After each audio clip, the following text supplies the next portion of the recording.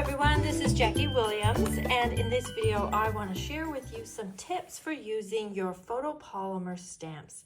You may have heard that red rubber is going away and all of the Stampin' Up! Stamps will now be high quality photopolymer. This also means that our packaging is changing from the CD cases to these thin envelopes, which is going to be great for space-saving storage. However, there's a few little tips that might make these even more usable for you. And I also just want to point out that the dies are in the exact same size envelope, so whether you like to store your dies and stamps separately, or you want to pair them together, or even slip them inside the same envelope, you've got some options there. Now this tip is an adaptation from Sherry Stokovich, who had a really good idea. So inside of the envelope, we have the paper wrapper and the stamp set.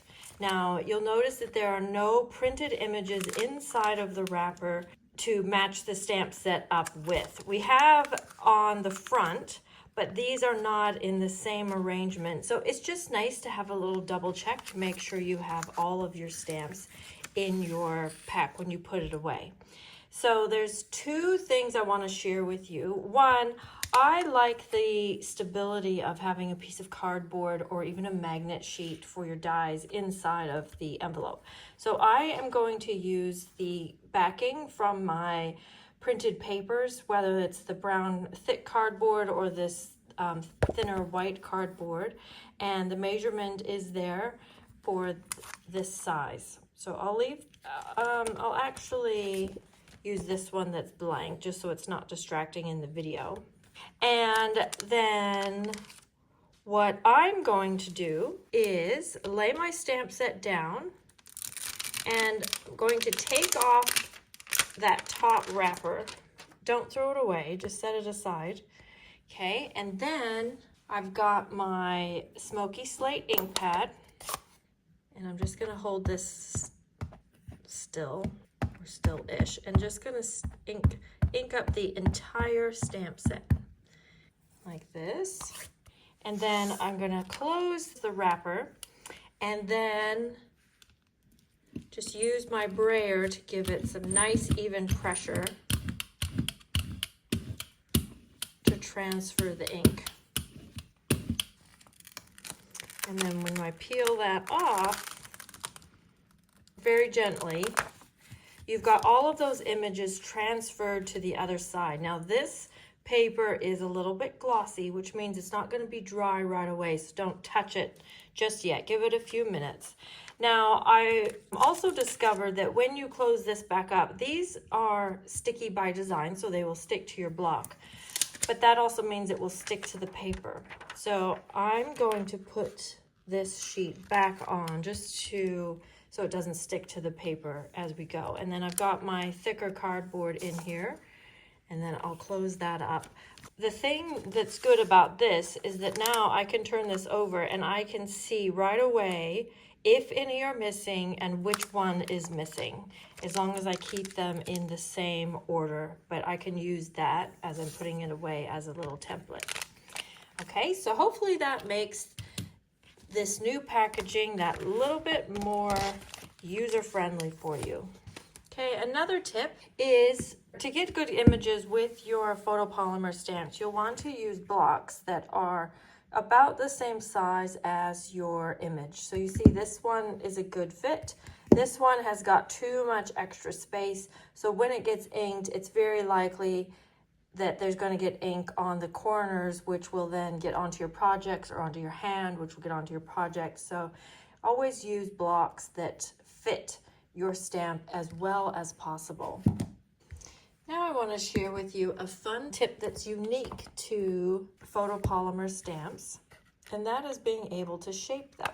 So I'm going to cut a little partial circle.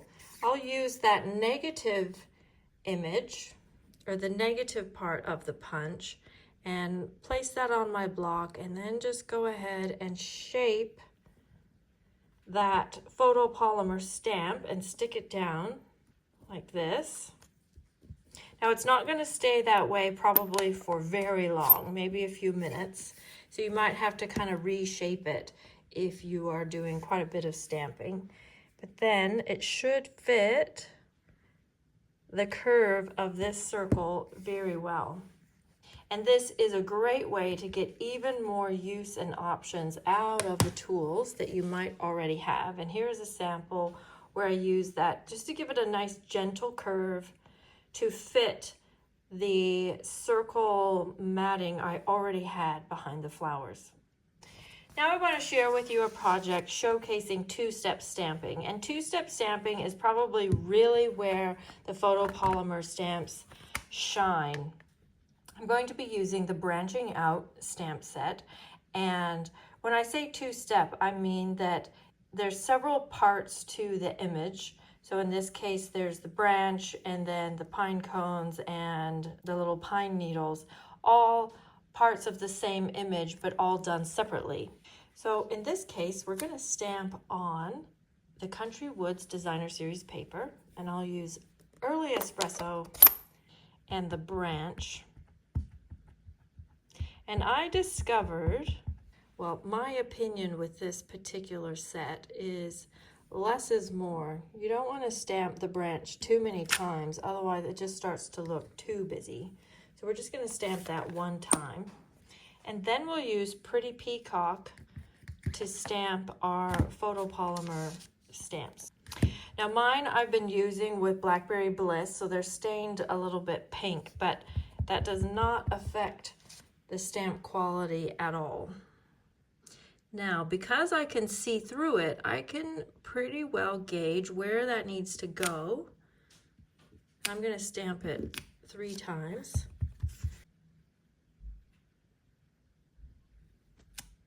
Although this stamp set is actually very forgiving, it doesn't have to be exactly in a particular place.